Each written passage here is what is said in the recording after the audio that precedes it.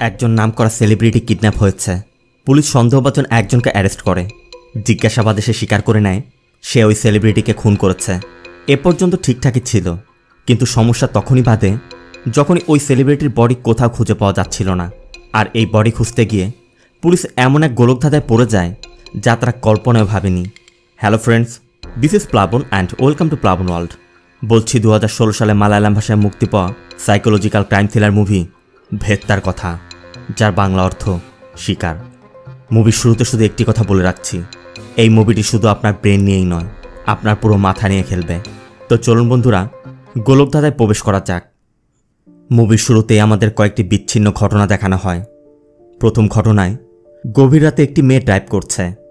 দ্বিতীয় ঘটনায় একটি মেয়ে ভবন থেকে পড়ে মারা যায়।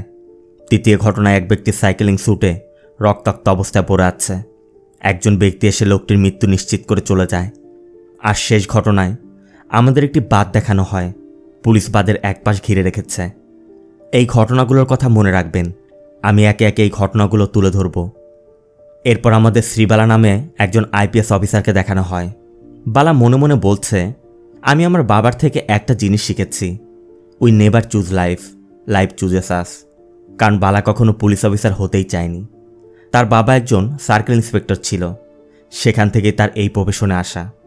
বালা বলছে, প্রতিটা পুলিশ অফিসারের জীবনে এমন একটা কেস থাকে যা সে কখনো ভুলতে পারে না।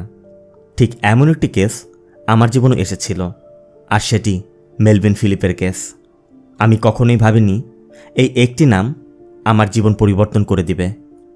কে এই মেলভিন ফিলিপ, কী ছিল ওই কেসে, আর শেষ পর্যন্ত কী ঘটেছিল, চলুন জেনে আসি। সিন চলে যায় বালার বাড়িতে। সবাই ব্রেকফাস্ট করছে, কিন্তু বালার বাবা এখনও বালার মেয়ের ডল নিয়ে খেলছে। এখানে একটি বিষয় জানিয়ে রাখি, বালার বাবা সিআই শ্রীনিবাস একটি অ্যাক্সিডেন্টের শিকার হয়েছিল। তারপর থেকে সে তার স্মৃতিশক্তি হারিয়ে বুদ্ধি প্রতিবন্ধী হয়ে গেছে। ব্রেকফাস্ট শেষে বালা তার মেয়েকে স্কুলে নিয়ে যাচ্ছিল, তখনই থানা থেকে কল আসে। এরপর বালা একটি স্পটে যায়। যাওয়া মাত্রই সিআই রাজীব বালাকে একটি টায়ার মার্ক দেখিয়ে বলে, এটাই স্পট। বালা ভালোভাবে পর্যবেক্ষণ করে বলে, দেখে মনে হচ্ছে আচমকা ব্রেক করা হয়েছিল। গতরাতে প্যাট্রোলিংয়ের সময় এসআই সঞ্জীব প্রথমে দেখেছে। সঞ্জীব জানায়, ম্যাডাম, গতরাতে প্যাট্রোলিং করার সময় আমি কারটি দেখতে পাই। কারের ভেতরের মূল্যবান জিনিসপত্র সবই থাকায় আমরা বুঝতে পারি এটি চুরি হবে না। নম্বর টেস্ট করে জানতে পারি এই কারটি ফিল্ম স্টার উমা সত্যমূর্তির নামে রেজিস্টার করা। আমি সাথে সাথে কন্ট্রোল রুমে জানিয়ে দেই। ভালোভাবে তল্লাশি করলে আমরা সামনের সিটে একটি মোবাইল ফোন পাই। এরপর অফিসে ফিরে বালা বলছিল, রাতে মেইন রোডের মধ্যে কার পড়ে আছে, নামকরা ফিল্ম স্টার মিসিং, কোনো স্ট্রাগল বা অ্যাটাকের কোনো আলামতই নেই। কেমন যেন আশ্চর্যজনক মনে হচ্ছে না? রাজীব বলে, ম্যাডাম, গতরাতে ওরা কলেজ মেটদের সাথে গেট টুগেদার ফাংশন থেকে ফিরছিল। উমা নিজে ড্রাইভ করে গতকাল সন্ধ্যা 7:30টায় হোটেলে উঠেছিল। এরপর রাত 10:30টায় আবার বেরো হয়েছে। বালা বলে, হোটেলে সিসিটিভি চেক করো, আর ওই গেট টুগেদারে থাকা সবার ডিটেলস কালেক্ট করো। রাজীব আরও জানায়, সামনের সিটে যে ফোনটি পাওয়া গেছে সেটির নম্বর মেলভিন ফিলিপ নামে রেজিস্টার করা, আর এই নম্বর থেকে শুধু একটি নম্বরেই কল করা হয়েছিল, তাও আবার 5 বার। বালা জানতে চায় কোন নম্বরে। রাজীব বলে, ম্যাডাম, সাইলেক্সারের নম্বরে। সাইলেক্সের কথা শুনে বালা পুরো চমকে ওঠে। আর ইনি হচ্ছেন এসিপি সাইলেক্স আব্রাহাম। তার কাস্টডিতে একজন রেপিস্টের মৃত্যু হয়েছে, সেজন্য তার ইনকোয়ারি চলছে। অবশ্য সাইলেক্সের কথা, তাকে যখন আনা হয়েছিল এমনিতে সে পাবলিকের গণপিটুনি খেয়ে এসেছে, আর সে তো একজন অপরাধী ছিল, আর আমি আমার ইউনিফর্মে মিসইউজ করিনি। তবে সাইলেক্স অল্পতেই তার মেজাজ হারিয়ে বসে, আর এজন্য তাকে মাঝে মধ্যে এমন ইনকোয়ারির সম্মুখীন হতে হয়। এরপর বালা সাইলেক্সের সাথে দেখা করে। সাইলেক্সের নম্বরটি চেক করে বলে, হ্যাঁ, এই নম্বর থেকে কল এসেছিল। আমি অবশ্য গুরুত্ব দেইনি। বালা বলে, মজার বিষয় হচ্ছে এই নম্বর থেকে মাত্র 5টি কল করা হয়েছে, তাও আবার তোমাকেই। সাইলেক্স বলে, তার মানে কি আমি উমা সত্যমূর্তির কিডন্যাপ করিয়েছি? মূলত বালা এবং সাইলেক্স ছোটবেলার বন্ধু, তাই বালা সাইলেক্সকে এই কেসটি বুঝিয়ে দেয় এবং বলে, ও যেহেতু তোমাকেই কল করেছিল তাই জানাটা জরুরি কেন তোমাকেই কল করলো। সাইলেক্স অবশ্য ভাবার জন্য সময় চায়। এ হচ্ছে সাইলেক্সের ওয়াইফ অনু। অনু বলছিল, তুমি কেসটি নিচ্ছ না কেন? কিন্তু সাইলেক্স একটু বিষণ্ণ, এখানে আমরা তাদের কথায় জানতে পারি তাদের বাচ্চা নেই, কারণ সাইলেক্স বন্ধা। এজন্য তারা বাচ্চা অ্যাডপ্ট করতে চাচ্ছে। অনু সাইলেক্সকে বোঝায়, তোমার এই কেসটি নেওয়া উচিত। তুমি যদি কেসটি প্রুভ করতে পারো, তোমার ক্যারিয়ারের যে কালো দাগ আছে সব মুছে যাবে। এজন্য অনুর কথায় চিন্তাভাবনা করে সাইলেক্স রাজি হয়ে যায়। এদিকে পুলিশ মেলভিনের খোঁজ শুরু করেছে, তবে মেলভিন বাসায় নেই। ওয়াচম্যানের সাথে কথা বললে সে জানায়, কখন যায় কখন আসে বোঝা যায় না। কারোর সাথে তেমন কথাবার্তা বলে না, আবার তেমন কেউ আসেও না। পুলিশ জানতে চায় গত রাতে কখন ফিরেছিল। ওয়াচম্যান বলে প্রতিদিনের থেকে লেটে এসেছিল, তবে সময় ঠিক মনে নেই। এর জন্য তারা যাওয়ার সময় বলে যায় ও যখনই ফিরবে আমাদের ইনফর্ম করবে। এদিকে বালা ওই গেট টুগেদার প্রোগ্রামের সিসিটিভি ফুটেজ চেক করছে, আর এখানে আমাদের মেলভিনকে দেখানো হয়। মেলভিন মূলত ওমার কলেজমেট ছিল। আবার ওমার কার যখন বের হয়ে যাচ্ছিল, মেলভিনের কারটিকেও ওমার কারকে ফলো করতে দেখা যায়। এতে করে আর সন্দেহ থাকে না যে মেলভিনই ওমাকে কিডন্যাপ করেছে। এজন্য বালা মেলভিনকে ধরতে পাঠায়।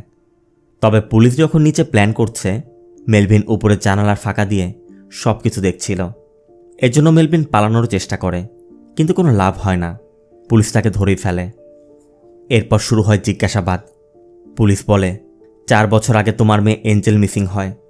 তোমার মেয়েকে খুঁজে না পাওয়ায় তোমার স্ত্রী শেরিন ডিপ্রেশনের ড্রাগ অ্যাডিক্ট হয়ে পড়ে। মেলভিন বলে, জি স্যার, আমি ওকে স্বাভাবিক করার অনেক চেষ্টা করি, কিন্তু তখন সিন চলে যায় 4 বছর পূর্বে। মেলভিন মূলত কোর্টে টাইপরাইটারে কাজ করত। হঠাৎ একদিন মেলভিনের কাছে একটি ফোন আসে, আর ফোন পাওয়া মাত্রই মেলভিন দ্রুত হসপিটালে ছুটে যায়। এরপর এক পুলিশ সদস্য মেলভিনকে মর্গে নিয়ে শেরিনের বডিটি দেখিয়ে বলে, বেলকনি থেকে জাম্প করেছিল, স্পটেই মৃত্যু হয়েছে। শেরিনের মৃত্যুতে মেলভিন একদম ভেঙে পড়ে। সিন প্রেজেন্টে। বালা মেলভিনের কাছে জানতে চায়, তোমার পুরনো কলেজমেট এখন সেলিব্রিটি, তোমার সাথে পূর্বে কোনো শত্রুতা ছিল না জেলাস হয়ে করেছ, এটা বলো। মেলভিন বলে, ম্যাডাম, ও সেফ আছে। সাইলেক্স জানতে চায় ও এখন কোথায়। মেলভিন বলে, আমি ওকে কোনো কষ্ট দেইনি। আফটার অল ও একজন সেলিব্রিটি। সেলিব্রিটির জীবন আর আমাদের জীবন তো আর এক নয়। ওদের জন্য সব ভালো, ভালো খাবার, ভালো পোশাক, সব কিছুই ভালো ভালো। তাই আমি ওকে একটি ভালো মৃত্যুই দিয়েছি, কষ্টমুক্ত মৃত্যু। শোনা মাত্রই সবাই চমকে ওঠে। তবে অ্যাকচুয়ালি কী কারণে মেলভিন ওমাকে খুন করেছে জানতে চাইলে মেলভিন বলতে শুরু করে, মেলভিন একদিন কোর্টে কাজ করছিল। তখন মেলভিনের এক বন্ধু কল করে বলে, তুই তোর বউকে কতটা বিশ্বাস করিস। বন্ধুর কথা মতো মেলভিন একটি জায়গায় গিয়ে শেরিনকে এমিল নামে একটি ছেলের সাথে আড্ডা দিতে দেখে। তবে তারপরও মেলভিন বিষয়টি অতটা সিরিয়াসভাবে নেয়নি। মেলভিন বাড়ি ফিরে রাতে শেরিনের কাছে জানতে চায়, তুমি কি আজ কোথাও বেরিয়েছিলে। শেরিন একটু চমকে চায়। শেরিন পাশের বাড়ির একটি মেয়ের কথা বলে যে ওর সাথে দেখা করতে গিয়েছিলাম। সাইলেক্স জানতে চায়, তুমি ওদের একসাথে দেখেছো, ভালো কথা, এতে খারাপ কি আছে। মেলভিন তখন বলে, অনেকগুলো মিথ্যার পিছে একটি সত্যি থাকে স্যার। পরদিন মেলভিন যখন কোর্টে ছিল, তখন একজন সাইকোলজিস্ট বলেছিল, আমি বডি ল্যাঙ্গুয়েজ দেখে বলতে পারি কখন মিথ্যা বলছে।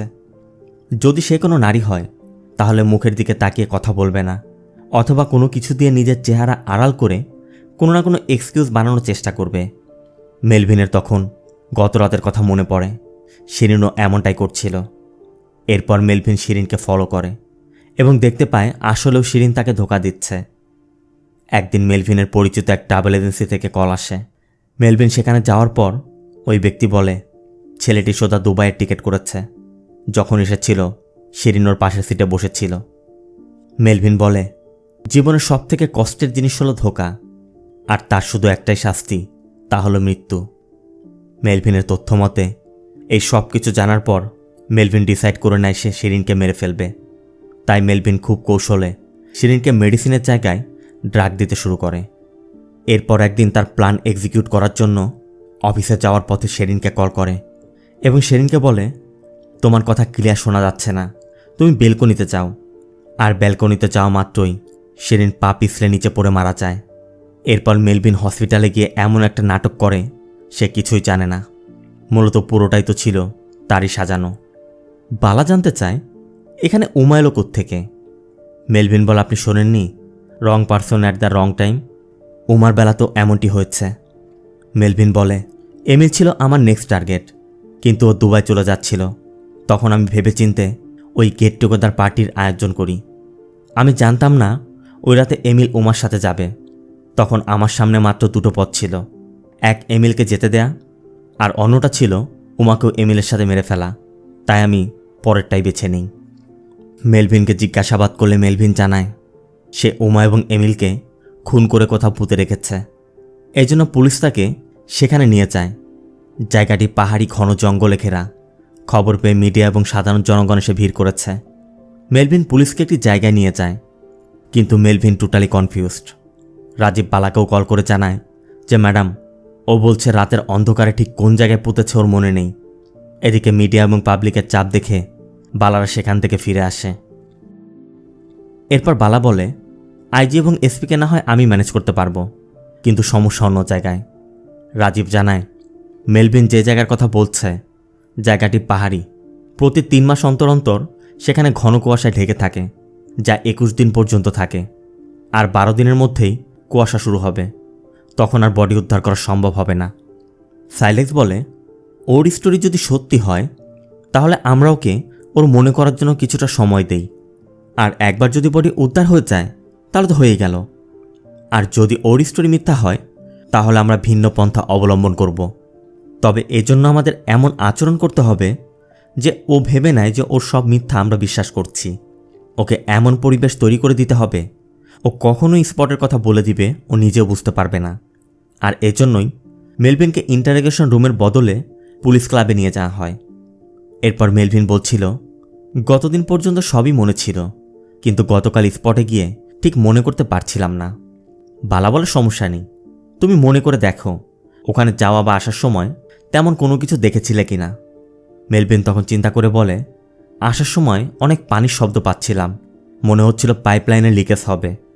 এজন্য অবশ্য ফরেস্ট ডিপার্টমেন্টে তথ্য নেওয়া হয়, কিন্তু ফরেস্ট ডিপার্টমেন্ট থেকে তথ্য আসে যে এমন কোনো ঘটনাই ঘটেনি। মেলভিন আরও কনফিউজড হয়ে যাচ্ছিল। তখন সাইলেক্স বলে, আমার মনে হয় ওকে ভাবার জন্য আরও কিছুটা সময় দেয়া দরকার। এদিকে কমিশনার বলছে, তোমাদের হাতে আর 6 দিন আছে, কুয়াশা শুরু হওয়ার আগেই সলভ করে ফেলতে হবে। সাইলেক্স বলে, স্যার আরেকটি সমস্যা আছে। মেলভিনকে যেই জেলে রাখা হচ্ছে ওখানে অনেক ভয়ানক অপরাধীরা থাকে। ওখানে মেলভিনের জন্য সেফ না, কারণ মেলভিনের যদি কিছু হয়ে যায় তাহলে কেসের জন্য সমস্যা হয়ে দাঁড়াবে। আর এর ঠিক পরদিনই বালা যখন তার বাবাকে নিয়ে বের হয় তখনই রাজীব কল করে জানায়, ম্যাডাম সেন্ট্রাল জেলে ঝামেলা হচ্ছে, অবস্থা আউট অফ কন্ট্রোল। বালা বলে, ওখানে তো মেলভিন আছে, তুমি দ্রুত একটি টিম নিয়ে যাও, কিছু হলে সমস্যা, আমি জেলে কথা বলছি। সাথে সাথে রাজীব একটি টিম নিয়ে জেলে চলে যায় এবং অনেক কষ্টে মেলভিনকে উদ্ধার করে। এদিকে বালা কল কাটতেই দেখে তার বাবা গাড়িতে নেই, কারণ তার বাবা তখন পাশের একটি দোকানের ডল নিয়ে টানাটানি করছে। বালা দেখতে পেয়ে তাকে বুঝিয়ে নিয়ে আসে। এদিকে জানা যায় জেলে গণ্ডগোলের মধ্যে সাইনুদ্দিন নামে এক সাবেক পুলিশ সদস্য মারা গেছে। এই সাইনুদ্দিন মূলত মূল স্টেশনের কেসের দীর্ঘদিন যাবৎ জেল খাটছিল। এরপর মেলভিনকে পুলিশ ক্লাবে এনে সাইলেক্সরা একটি বাচ্চার ফটো দেখিয়ে বলে, এটা উমার মেয়ে। বালা বলে, দেখো, প্রিয়জনকে হারানোর কষ্ট মৃত্যুর থেকেও যন্ত্রণাদায়ক, আর তুমি নিশ্চয়ই তা ভালো করেই জানো। তুমি তোর মাকে ফিরিয়ে দিতে পারবে না, অন্তত স্পটটা বলে দিলে বাচ্চারা তার মাকে শেষবার দেখতে পাবে। মেলভিন বলে, সরি ম্যাডাম, প্রিয়জনকে হারানোর ব্যথা মৃত্যুর থেকে যন্ত্রণাদায়ক না, প্রিয়জনের থেকে ধোঁকা খাওয়া মৃত্যুর থেকে যন্ত্রণাদায়ক। তাই তো আমি ওদের মৃত্যু দিয়েছি, আমি কোনো অন্যায় করিনি। সাইলেক্স বলে, আমরা এটা নিয়ে পরে আলোচনা করব। কিন্তু মেলভিন বলে, না স্যার, আমাদের পুরুষদের এই টপিক নিয়ে আলোচনা করতেই হবে। আপনি শিওর হয়ে বলতে পারবেন আপনার ওয়াইফ আপনাকে কখনো ধোঁকা দেয়নি? পারবেন না, কারণ এই পৃথিবীতে পুরুষ শুধু একটি জিনিসই বুঝতে পারে না, আর তা হলো নারী। মেলভিন বালাকেও বলে, আপনি কি পারবেন আপনার স্বামীকে ধোঁকা দিয়ে অন্য কারোর সাথে থাকতে? আপনারা এখন বিশ্বাস করবেন না, কিন্তু একদিন ঠিকই বুঝবেন ধোঁকা খাওয়ার যন্ত্রণা কতটা কষ্টদায়ক। মেলভিনের কথা শুনে সেদিনের মতো জিজ্ঞাসাবাদ শেষ করা হয়। বালা বলছিল, ও প্রতিবার সেম স্টোরি বলছে, কিভাবে আমরা ওর থেকে তথ্য বের করব? আমার মনে হয় আমরা ভুল পথে হাঁটছি। তখনই সাইলেক্সের ফোনে একটি মেসেজ আসে। সাইলেক্স চেক করে দেখে অনু, মানে তার স্ত্রী, তার অ্যাকাউন্ট থেকে 5 লাখ টাকা তুলেছে। এজন্য পরবর্তী দিন শপিং থেকে ফেরার পথে সাইলেক্স অনুর কাছে জানতে চায়, তুমি কি টাকা তুলেছিলে? অনু বলে, আসলে বাড়ির রেনোভেশনের কাজ চলছে তো বাবার দরকার ছিল, তাই আমি দিয়েছি। সাইলেক্স বলে, ঠিক আছে। অন্যদিকে বালা মেয়েকে নিয়ে শপিং করছিল।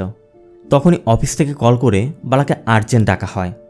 বালাও দ্রুত অফিসে গিয়ে দেখতে পায় কেউ তার বাবার অ্যাক্সিডেন্টের পেপার কাটিংয়ের নিচে সুন্দর করে লিখে রেখেছে, এটা কোনো সাধারণ অ্যাক্সিডেন্ট ছিল না, বালা তুমি খুঁজে দেখো। পরবর্তী দিন আবার জিজ্ঞাসাবাদ শুরু হয়। মেলভিন একই স্টোরি বলছে। দিন দিন ওর মিথ্যার পরিমাণ বেড়েই যাচ্ছিল। শেষমেশ আমি আর সহ্য করতে না পেরেই কাজ করেছি। এদিকে রাজীবও বলছে, স্যার জিজ্ঞাসাবাদ করে মনে হয় লাভ নেই, 3 ঘন্টা যাবৎ সেম স্টোরি বলছে, এজন্য জিজ্ঞাসাবাদ সেদিনের মতো বন্ধ করা হয়। তখনই অনু মেসেজ পাঠায় সে বন্ধুদের সাথে বাইরে যাচ্ছে। এদিকে জাইলেক্সের মাথায় মেলভিনের কথা ঘুরপাক খাচ্ছে। সে অনুকে সন্দেহ করতে শুরু করেছে, অনু তার সাথে চিট করছে না তো আবার। এজন্য সাইলেক্স তার শ্বশুরকে কল করে এবং জানতে চায় যে বাড়ির কাজ কতদূর। অনুর বাবা বলে, তা তো গত মাসেই শেষ হয়ে গেছে, আর তুমি কি করে জানলে? আমি তো অনুকেও বলিনি। জাইলেক্স এবার শিওর হয়, তার মানে অনু তাকে মিথ্যা বলেছে। জাইলেক্স এটাও ফলো করে। অনুর অন্যদিকে মন নেই, সে শুধু মেসেজিংয়ে ব্যস্ত। তবে অনু ওয়াশরুমে গেলেই সাইলেক্স তার ফোন চেক করে দেখে আরভি নামে কেউ অনুকে দেখা করার কথা বলছে। এতে করে সাইলেক্সের আর বুঝতে বাকি থাকে না অনু তাকে ধোঁকা দিচ্ছে। এজন্য সাইলেক্স অনুর উপর নজর রাখতে থাকে এবং দেখতে পায় সত্যিই অনু তার অগোচরে অন্য ছেলের সাথে ঘুরে বেড়াচ্ছে। আর ওই লোকটি অনুকে তার বাড়িতেও নিয়ে যায়, আর সাইলেক্স দূর থেকে সব দেখে যাচ্ছে। অন্যদিকে বালা ওই চিঠি পাওয়ার পর ভার্গিস নামে একজনের সাথে দেখা করে। আর এই ভার্গিস জানায় তার বাবার অ্যাক্সিডেন্টের রাতে তার বাবার কাছে একটি কল এসেছিল। কল পেয়ে তার বাবা দ্রুত বের হয়ে যায়, আর এরপরই যাওয়ার সময় অ্যাক্সিডেন্টের শিকার হয়। বালা বলছিল কেউ আমাকে কিছু বলতে চাচ্ছে, সে বলছে অ্যাক্সিডেন্টটা স্বাভাবিক না। ভার্গিস বলে, তাহলে ওই রাতের ফোন কলের সাথে অ্যাক্সিডেন্টের কোনো যোগসূত্র থাকতে পারে। এই জন্য বালা সাইবার সেলে কল করে। এদিকে সাইলেক্স তার ওয়াইফের কল লিস্ট বের করে।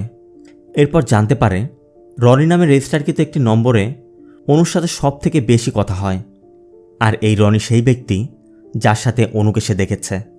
সাইলেক্স এবার ভাবছে, তার মানে অনু যে এতদিন অফিসের কথা বলে বন্ধুদের কথা বলে বাইরে সময় কাটিয়েছে, সবই ছিল মিথ্যা। সে এই রনির সাথেই সময় কাটিয়েছে। সাইলেক্স রনির উপরও নজর রাখতে শুরু করে। আবার এদিকে বালা তথ্য পায় অ্যাক্সিডেন্টের রাতে সাইলেক্সই তার বাবাকে শেষ কল করেছিল। এজন্য বালাও চিন্তিত। বালা এবার ভাবছে, তাহলে কি তার বাবার অ্যাক্সিডেন্টটি প্ল্যান করে ঘটানো হয়েছিল আর তার বন্ধুই এর পিছে? তবে সত্যতা যাচাই করতে হবে। আর এর মধ্যে মিডিয়ার কাছে এক তথ্য সব উলটপালট করে দেয়। মিডিয়াতে প্রকাশ হয় উমা মিসিং কেসে পুলিশ যাকে অ্যারেস্ট করেছে সেই মেলভিন ফিলিপ মানসিক স্বাস্থ্যকেন্দ্রে ট্রিটমেন্ট নিয়েছিল, তার সাইকোলজিক্যাল প্রবলেম আছে। তার মানে পুলিশ ভুল পথে যাচ্ছে। আর এই খবর প্রকাশিত হওয়ার পরই মিনিস্ট্রি থেকে এই কেসটিকে সিবিসিআইডিতে ট্রান্সফার করে দেওয়া হয়। কমিশনার বালাদের ডেকে বলে দুপুর 2:30টার দিকে সিবিসিআইডি এই কেসটির চার্জ বুঝে নিবে। সাইলেক্স কমিশনারকে অনুরোধ করে বলে, স্যার চার্জ নেওয়া পর্যন্ত আমাদের হাতে 3 ঘন্টা সময় আছে, আমাকে বিশ্বাস করুন স্যার, ও মুখ খুলবে। অবশ্য কমিশনার কথা, এর জন্য বালাকে রেসপন্সিবিলিটি নিতে হবে। অবশ্য সাইলেক্সের অনুরোধে বালা রাজি হয়। তবে বালা বের হয়ে সাইলেক্সের কাছে জানতে চায়, আমি কিউরিওসিটি থেকে বলছি, বাবা যেদিন অ্যাক্সিডেন্ট করলো তোমার কি ওই দিনের কিছু মনে আছে? সাইলেক্স কোনো জবাব না দেয় বালা সেখান থেকে চলে যায়। এরপর মেলভিনের কাছে গেলে মেলভিন বারবার একই স্টোরি শুনিয়ে যাচ্ছে। এর মধ্যে সিবিসিআইডি থেকে কেসটির চার্জ বুঝে নেওয়া হয়। এখন আর কোনো সুযোগ নেই, তাই বালারা চলে যাচ্ছিল। আর তখনই মেলভিন বলে, আমি ওই জায়গাটি দেখিয়ে দিব, তার আগে আপনাদের দুজনকেই আমার প্রশ্নের জবাব দিতে হবে। মেলভিন বালার কাছে জানতে চায়, আপনি যদি জানতে পারেন আপনারই বেস্ট ফ্রেন্ড আপনার সাথে চিট করছে, আপনি কি করবেন? আর সাইলেক্সকে বলে, আপনার ওয়াইফ যদি আপনার সাথে চিট করে আপনি কি করবেন? বালা বেরিয়ে যায়, কিন্তু সাইলেক্স তখন রাগে ফুঁসছে।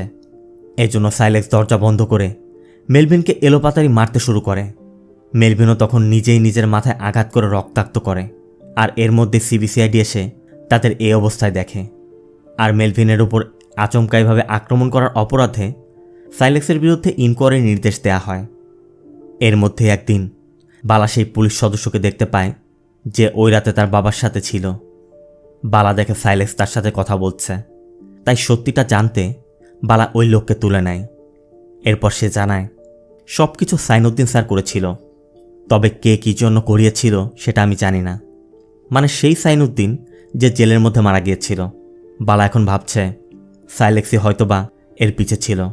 এজন্য সে পুরনো নথিপত্র খুঁজতে শুরু করে, আর খুঁজতে খুঁজতে একটি কেস ফাইলও পেয়ে যায়, যেটি তার বাবা ওই সময় তদন্ত করছিল। অন্যদিকে সাইলেক্সের কাছে কেউ একটি খাম রেখে যায়। সাইলেক্স খামটি খুলতেই দেখতে পায় রনির আর অনুর মুম্বাই যাওয়ার টিকিট। এরপর বাড়িতে ফিরলে অনু সাইলেক্সকে বলে, আমার একটি আর্জেন্ট মিটিংয়ের জন্য আমাকে মুম্বাই যেতে হবে। সাইলেক্স শুধু জানতে চায় তুমি কি একা যাবে আর কখন যাবে। অনু বলে একাই যাব, আগামীকাল সকালেই। সাইলেক্স বলে তোমার অনেক জার্নি করতে হবে, তুমি শুয়ে পড়ো। কিন্তু সাইলেক্স তো জানে অনু রনির সাথে যাবে, এজন্য সাইলেক্স মানতেই পারছে না। সাইলেক্স বারে যায় এবং তার বন্ধুর সাথে এই সব কিছু শেয়ার করে। সাইলেক্স বলে মেলভিনের কথাই ঠিক, আপনজন যখন ধোকা দেয় তা মৃত্যুর চেয়ে যন্ত্রণাদায়ক। তবে ওর মতো দুজনকে কেন, একজনকে মারলেই তো হয়। এজন্য সাইলেক্স সারা রাত রনির বাড়ির সামনে অপেক্ষা করে। এরপর সকাল হতেই রনি যখন সাইকেলিংয়ের জন্য বের হয়, সাইলেক্স আশেপাশে দেখে রনিকে গাড়ি চাপা দেয়। এরপর গাড়ি থেকে নেমে রনির মৃত্যু নিশ্চিত করে সোজা বাড়ি চলে যায়। আর এদিকে কেউ এই পুরো ঘটনার ভিডিও ফুটেজ বালাকে পাঠিয়ে দেয়।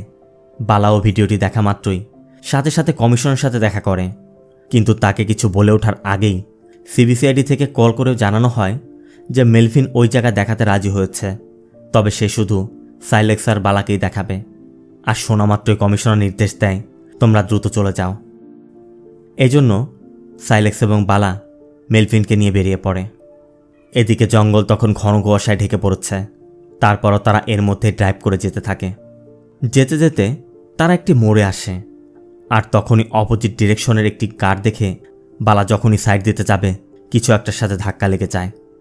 সাইলেক্সও নিচে নেমে চেক করে দেখে যে এই জায়গা দিয়ে বন্যপ্রাণী যাতায়াত করে, তাই তারাও ভেবে নেয় হয়তো বন্যপ্রাণী ধাক্কা খেয়েছে।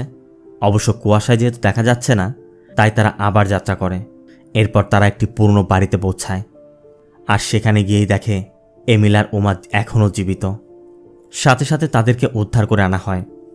এদিকে এই ঘটনার জন্য মেলভিনকে কোর্টে নিলে কোর্ট ভাবে মেলভিনের মেন্টাল সমস্যার জন্যই হয়তো সে এমন নাটক করেছে। এই জন্য কোর্ট মেলভিনকে 1 বছরের সাজা দেয়, তবে এই 1 বছর তাকে সরকারি মানসিক স্বাস্থ্যকেন্দ্রে থাকতে হবে। তার সাথে বালা এবং সাইলেক্সকে প্রশংসিত করে। কি ভাবছেন মুভি শেষ? মস্তিষ্কটা একটু ঠান্ডা করুন, কারণ এরপর যা হবে আপনার মাথা ঘুরবে। ঝটকা খাওয়ার জন্য প্রস্তুত থাকুন। এরপর যখন মেলভিনকে জিভে তোলা হচ্ছিল, তখন মেলভিন বালাকে দেখে মুচকি হাসতে হাসতে যায়। বালাও মনে মনে বলছে মেলভিন কেন এসব করল, তবে সব প্রশ্নের উত্তর লুকিয়ে আছে মেলভিনের ওই হাসিতে। এখান থেকে সিন চলে যায় একটি অনাথ আশ্রমে। সাইলেক্স এবং অনু একটি বাচ্চা অ্যাডপ্ট করতে এসেছে। সব ফর্মালিটি শেষ হতে সপ্তাহখানেক সময় লাগবে। এরপর অনু সাইলেক্সকে তার বান্ধবীর বাসায় নিয়ে যায়, তবে ঢোকার সময়ই একটি সাইকেল দেখে সাইলেক্স থমকে যায়, কারণ এটি তো রনির সাইকেল। আর এ হচ্ছে অনুর বান্ধবী আশা, আর এই আশা মূলত রনির ওয়াইফ। সাইলেক্স এখানে এসেই জানতে পারে আশা আর রনি দুজনে মিলেই তাদেরকে বাচ্চা অ্যাডপ্টের কাজে সহযোগিতা করেছে। তার মানে অনু এজন্যই রনির সাথে কথা বলতো বা দেখা করত, আর সাইলেক্স তা না জেনেই এত বড় একটি অপরাধ করে ফেলেছে। অন্যদিকে এমিল সুস্থ হয়ে বালাকে ধন্যবাদ জানাতে এসেছে। বালাও এমিলের কাছে শেরিনের সাথে সম্পর্কের বিষয়ে জানতে চাইলে এমিল তো অবাক। এমিল বলে শেরিন আবার কে? বালা বলে কেন, মেলভিনের ওয়াইফ, ওর সাথে রিলেশনের জন্যই তো এত কিছু হলো। এমিল বলে ওর ওয়াইফ শেরিনকে তো আমি জীবনেও দেখিনি, আর মেলভিনকেই আমি 12 বছর পর দেখলাম, তাও কলেজের এই গেট টুগেদার প্রোগ্রামে। বালা তো পুরো হতবাক। এদিকে এমিলের ফ্লাইটের সময় হয়ে যাচ্ছে, এজন্য এমিল চলে যায়।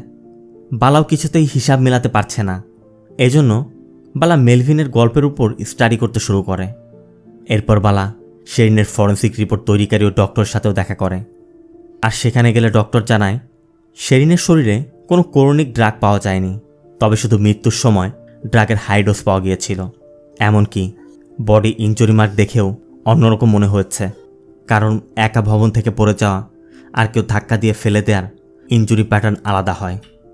সব কিছু দেখে আমাদের কাছে মনে হচ্ছে কেউ হয়তো ধাক্কা দিয়ে ফেলে দিতে পারে, কিন্তু হায়ার অথরিটি খুব প্রেশার দিচ্ছিল যেন এটাকে অ্যাক্সিডেন্ট দেখানো হয়। এজন্য আমিও কিছু করতে পারিনি। বালা মেলভিনের ফ্ল্যাটের সামনে গিয়েও চিন্তা করে এই বেলকনি থেকে কেউ ধাক্কা না দিলে স্বাভাবিকভাবে পা পিছলে পড়ে যাওয়া প্রায় অসম্ভব। এর মধ্যে রাজীব কল করে জানায় ম্যাডাম সাইলেক্স আর ক্লিন। তবে বালার সন্দেহ বাইরে থেকে কেউ হয়তো মেলভিনকে সাহায্য করেছে, আর এজন্য বালা মেলভিনের বাবাকে জিজ্ঞাসাবাদের জন্য নিয়ে আসে। বালা তাকে বলে যে মেলভিন অ্যারেস্ট হয়নি, ও নিজেই আমাদের দিয়ে ওকে অ্যারেস্ট করিয়েছে। কিন্তু কেন? মেলভিনের বাবা জন শুধু বলে তোমার প্রশ্নের উত্তর প্রশ্নের মধ্যেই লুকিয়ে আছে। বালাও শুধু মুচকি হাসে। আর এই সব কনফিউশন দূর করে আসল ঘটনা জানতে বালা এবং সাইলেক্স মেলভিনের সাথে দেখা করে। বালা মেলভিনকে বলে শেরিনের মৃত্যুটি কোনো অ্যাক্সিডেন্ট ছিল না, আর এমিলের সাথেও ওর কোনো সম্পর্ক ছিল না, এই সব মিথ্যা। মেলভিন বলে অনেক সময় মিথ্যা সত্যের থেকে বেশি শক্তিশালী হয় ম্যাডাম, এই জন্যই বারবার যখন মিথ্যা বলা হয় তা একসময় সত্যিতে রূপান্তর হয়। সাইলেক্স জানতে চায় তুমি শেরিনকে কীভাবে মেরেছ আর রিয়েল স্টোরি কি। এখান থেকে শুরু হয় আসল স্টোরি। মেলভিন খ্রিস্টিয়ান আর শেরিন ছিল মুসলিম ধর্মের। তাদের ফুটফুটে একটি মেয়েও ছিল, নাম এঞ্জেল। মেলভিন কোর্টে টাইপরাইটারে কাজ করত, আর শেরিন পার্ট টাইম মুভিতে ভয়েস ওভার দিত। সব মিলিয়ে তাদের সুখের সংসার। এর মাঝে একদিন এঞ্জেলের প্রিন্সিপাল ডেকে বলে এঞ্জেলের পারফরমেন্স খুবই খারাপ, এমন বাচ্চা আমাদের স্কুলে রাখা যাবে না। মেলভিন তখন প্রিন্সিপালকে বুঝিয়ে বলে আগামীতে আর এমনটা হবে না, আমরা ওর খেয়াল রাখব। প্রিন্সিপাল বলে ঠিক আছে, আমি বোর্ডের সাথে কথা বলবো, তবে এটাই লাস্ট চান্স।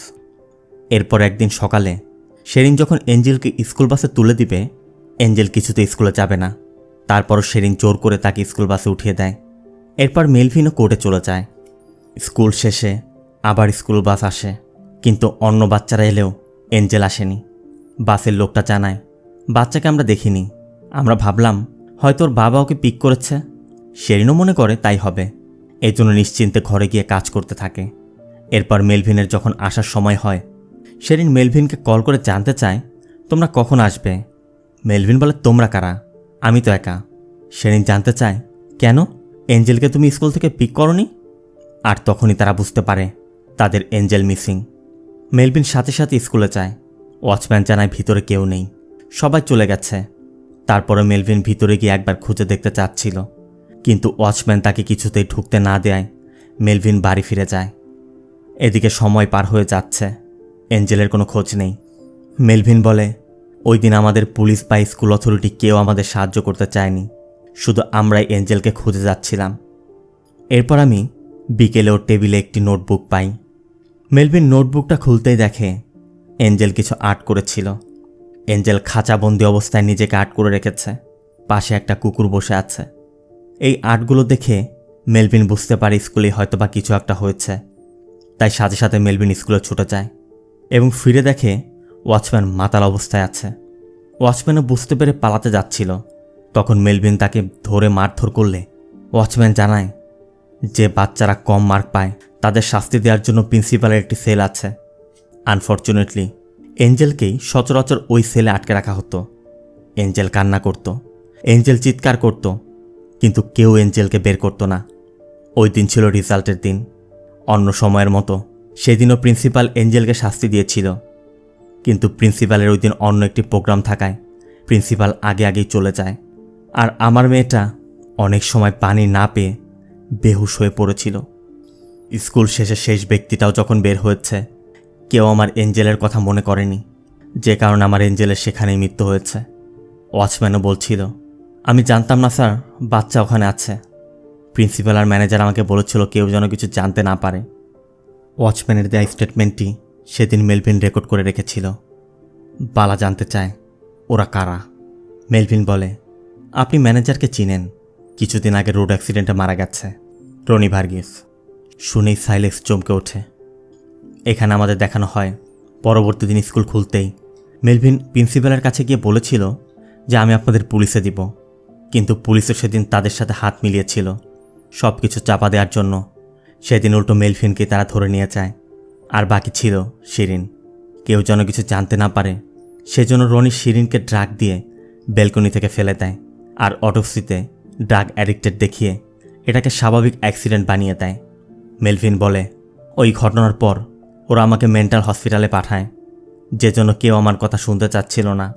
তবে একজন ব্যক্তি আমার কথা বিশ্বাস করে, আর সে হচ্ছে আপনার বাবা। এখানে আমরা দেখতে পাই মেলভিনকে নিয়ে যাওয়ার সময় মেলভিন বারবার বালার বাবাকে মানে শ্রীনিবাসকে সব খুলে বলছিল। আর সব শোনার পর শ্রীনিবাস মেলভিনের কথা মতো মেলভিনের ফ্ল্যাট থেকে ওই ভিডিও ফুটেজের মেমোরি কার্ডটি উদ্ধার করে। তবে এদিকে সাইনুদ্দিন রনিকে কল করে সব বলে দেয় সব কিন্তু প্রকাশ হয়ে যাবে। এরপর রনি আর সাইনুদ্দিন একটা প্ল্যান সাজায়। প্ল্যান মতো রাতে সাইলেক্স আর সাইনুদ্দিন তাস খেলছিল। তখন সাইনুদ্দিন তার বাড়িতে কল করার কথা বলে সাইলেক্সের ফোন থেকে শ্রীনিবাসকে কল করে বলে, সাইলেক্স স্যার আপনার সাথে দেখা করতে চাচ্ছে, থানাতেই আছে। আর ওই কল পাওয়া মাত্রই শ্রীনিবাস সেই রাতে বের হওয়ার পর তারা অ্যাক্সিডেন্ট ঘটিয়ে শ্রীনিবাসকে মারার চেষ্টা করে। এরপর একদিন মেলভিন সাইলেক্সের স্ত্রী অনুকে আশা এবং রনির সাথে দেখতে পায় এবং প্ল্যান করে, ওরা আমার সাথে খারাপ করেছে, আমি ওদের মতো মানুষদের মেরে কেন জেলে যাব। মেলভিনের বাবা জানতে চায় তাহলে কি করবি। এরপরই মূলত মেলভিন এই সব প্ল্যান সাজায়। মেলভিন ফেসবুক গ্রুপ থেকে কলেজের সব বন্ধুদের সাথে গেট টুগেদার অ্যারেঞ্জ করে।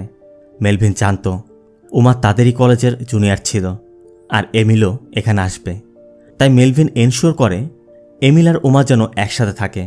মূলত এমিলকে কিডন্যাপ করে সে স্টোরি সাজাবে, আর উমাকে কিডন্যাপ করার ভিন্ন কারণ ছিল, কারণ একটা মিসিং কেস তখনই সেন্সেশনাল হয়ে ওঠে যখন সেটি কোনো সেলিব্রিটি হয়। প্ল্যান মতো মেলভিনও ওদেরকে বেহুশ করিয়ে সেখান থেকে নিয়ে যায়। মেলভিন যাওয়ার সময় দুটি কারণে ফোনটি রেখে গিয়েছিল। প্রথমত, পুলিশ যেন তাকে সন্দেহ করে ধরে, আর সাইলেক্সকে কল করার উদ্দেশ্য ছিল সাইলেক্স যেন এই কেসের তদন্ত কমিটিতে থাকে। এরপর পুলিশ মেলভিনকে অ্যারেস্ট করে। আর তাদের প্ল্যান মতো মেলভিনের বাবা জন অনুর বাচ্চা অ্যাডপ্ট করার বিষয়ে অনুকে সাহায্য করে তার লাইফে এন্ট্রি নেয়। আর সব কিছু তারা প্ল্যান করে এমনভাবে করেছে যাতে অনুর প্রতি সাইলেক্সের সন্দেহ তৈরি হয়। জনি মূলত অনুকে বলেছিল যে কিছু জিনিস ঈশ্বরের উপর ছেড়ে দেয় ভালো, আর এজন্য সব হওয়ার পরই সাইলেক্সকে জানানো ভালো হবে। আর এজন্যই মূলত অনু সাইলেক্সের গোপনে এ বাচ্চা অ্যাডপ্টের প্রক্রিয়া চালিয়ে গেছে। তার সাথে জন এই কাজের জন্য অনুর থেকে 5 লাখ টাকা চাইলে অনু বাবার কথা বলে জনকে টাকা দিয়েছিল যাতে সন্দেহের সৃষ্টি হয়। আর জনই সেদিন অনু আর রনির মুম্বাই যাওয়ার টিকিট সাইলেক্সের বাইকে রেখেছিল। আর এই পুরো প্রক্রিয়া সম্পূর্ণ করতে মেলভিনের সময়ের দরকার ছিল। আর এজন্যই মূলত মেলভিন ওই স্পটটির কথা বলেছিল যে আমার মনে নেই, আর বারবার সেম স্টোরি বলে গেছে। এরপর মেলভিন বলে, কিছু পাপ থাকে যার শাস্তি সৃষ্টিকর্তা সরাসরি পৃথিবীতেই দিয়ে দেয়, যেমন সাইনুদ্দিনের মৃত্যুটা। তবে সব ক্ষেত্রে সৃষ্টিকর্তা তা করে না। সৃষ্টিকর্তা কিছু কাজ তার পাঠানো দূতদের দিয়েও করায়। আর তেমনি সৃষ্টিকর্তার পাঠানো এক দূত রনিকে তার পাপের শাস্তি দিয়েছে। মেলভিন সাইলেক্সকে বলে, স্যার আপনি কখন ঈশ্বরের দূত দেখেছেন? আমি দেখেছি, আমি তাকে এভাবে স্পর্শ করেও দেখেছি। আপনি আমার হয়ে ওকে মেরে দিয়েছেন। তবে আমি আর আপনি ছাড়াও আরও একজন এই সত্যিটা জানে, সে ম্যাডাম। সব সিক্রেট আপনার হাতে। এখানে দেখানো হয় সাইলেক্স যখন রনিকে মারে জন সব ভিডিও করে সেই ভিডিও বালাকে পাঠিয়েছিল।